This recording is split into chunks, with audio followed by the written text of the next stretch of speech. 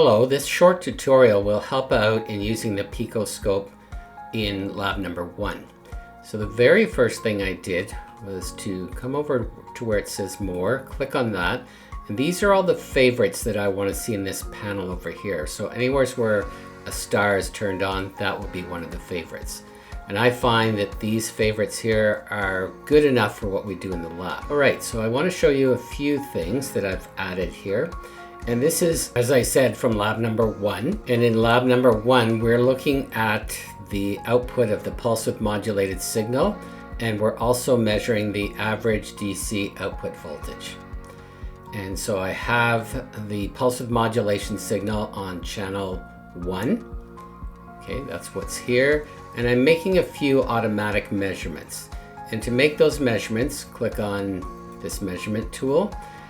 And you'll see you have kind of two panels here. This panel is for amplitude measurements such as top, maximum, minimum, and so on. And this is for all of the time settings like frequency, cycle time, high pulse width. That's where you'll find that.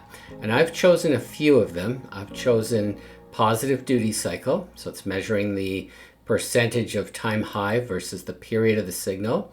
I'm measuring the frequency, and I'm measuring the cycle time. Those are all time measurements.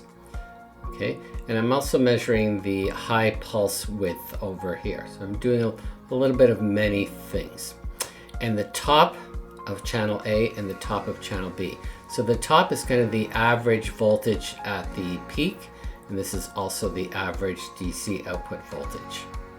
So I'm going to turn this off or close it. I can click over here.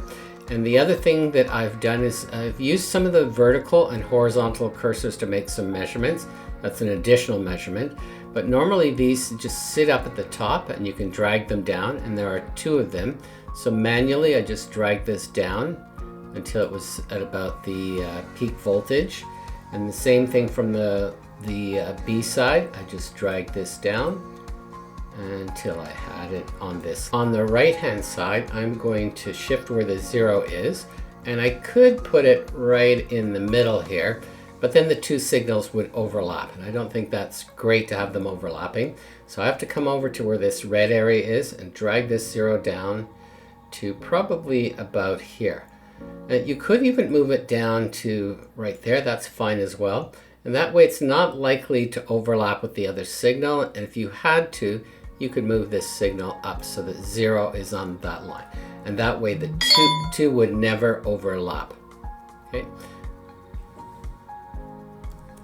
Quite often you want to measure time high, time low. And one way of doing that is to use these cursors. I'm going to put them back to where they normally sit, but then you can drag them over here. Let's say I want to measure the time high. I think I have them locked right now, so you would unlock them using this. When they're locked, they move together at the same time. And so I'm going to put the other one here, and this screen is telling me the difference between those 2 points. And you can see it's a difference of about 830 microseconds. So those are cursors to measure time. There are also cursors to measure voltage, and there's 2 of them. They normally sit up here. I believe this one normally sits up here, and I want to measure the top voltage. It's about the average voltage on top, and the same thing for the other channel, which is right here. So I've got that done, and you can see for channel 1 I just have one ruler, or sorry, channel B, which is the red. It's measuring the 1.873, and this one up here is measuring 4.58. And this is a difference if you had that. Another important setting for the oscilloscope are triggers. So when you have a pulsing waveform like this, you want to trigger it. And I'm going to set the trigger up. So you click in the center of this panel. Okay, and these are some of the settings that you can have. And I believe it defaults to no trigger at all. And this is what will happen. The signal will shift to the left, shift to the right. Gets a little hard to interpret. So a better way is to add automatic triggering. So turn that on. But you have to set the threshold level, the pre-trigger level, whether it's rising or falling, and what type. and for us it's going to be simple edge. Other times you may want something different, but most of the time it's simple edge.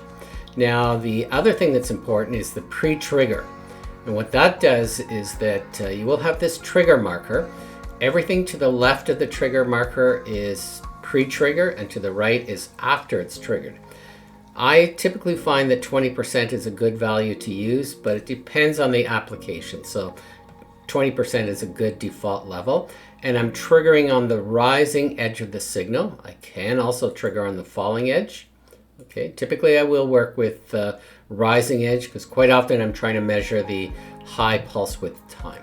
And that way I can set my cursor to be on that edge and then move this other one so it's on the falling edge. And that way I'm measuring the difference between the two. Okay, and so I'm getting about 800 microseconds for that. And then the threshold level is important. You can see that my upper level is about 4.5 and my lower is 0. So I want to have a threshold level, of about some value in the middle. So say 2.2 volts. So I can type it in like that. That works. And that yellow diamond is what you want to be looking for. You can also manually move it up and down. That works as well. Okay, but having it at 20% is a good starting point. So just to review, auto source is the one that's changing. Threshold 1.8 to 2 volts. You can even use the plus. Rising edge 20%.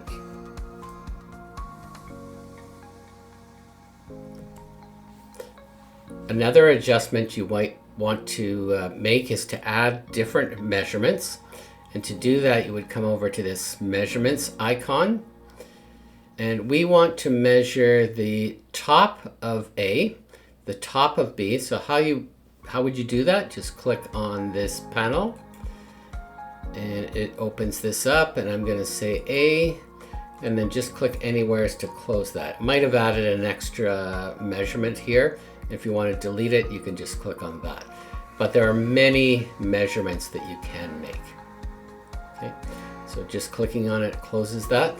The other thing I've added is annotations, this button here. And then you just click on annotations. It opens a box. Now I've got 2 of them, but you can delete one of them.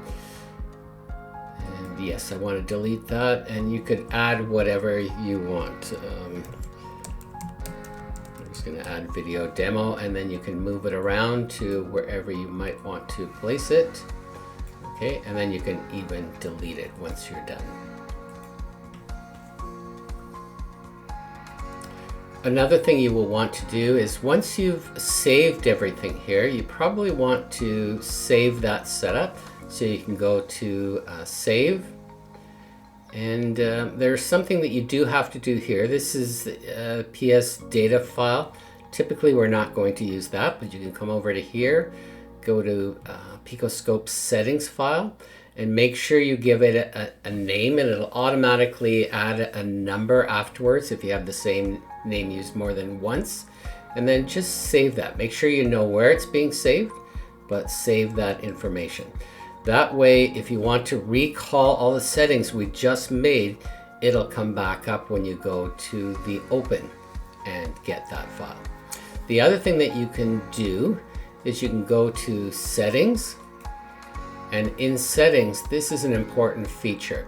You can go to factory default. That's sometimes used when things aren't working the way they should, or go to last session, or even if you want to change the size of the line thickness, you can do that.